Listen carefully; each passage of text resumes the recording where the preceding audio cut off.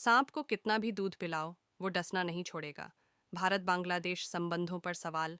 हाल ही में भारत और बांग्लादेश के बीच उच्च स्तरीय वार्ता के बाद बांग्लादेश का दोहरा चरित्र फिर से उजागर हुआ। भारत के विदेश सचिव विक्रम मिश्री के बांग्लादेश दौरे के दौरान दोनों देशों के बीच महत्वपूर्ण मुद्दों पर चर्चा हुई। लेकिन भारतीय प्रतिनिधिमंडल के लौटने के तुरंत बाद बांग्लादेश ने भारत के खिलाफ बयानबाजी शुरू कर दी।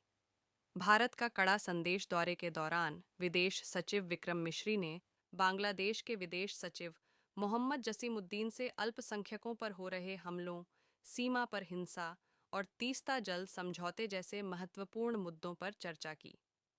भारत ने स्पष्ट कर दिया कि धार्मिक और सांस्कृतिक धरोहरों पर हमले बर्दाश्त नहीं किए जाएंगे और बांग्लादेश को इन मुद्दों पर गंभीरता दिखानी होगी। बांग्लादेश की प्रतिक्रिया। हालांकि बांग्लादेश ने वार्ता के दौरान हर मुद्दे को सुलझाने का भरोसा दिया, लेकिन जैसे ही भारतीय प्रतिनिधिमंडल वापस गया, बांग्लादेश ने भारत पर आरोप लगाना शुरू कर दिया।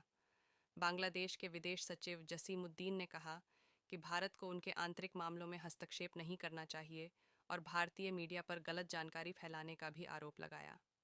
तीस्ता जल समझौता और सीमा पर विवाद।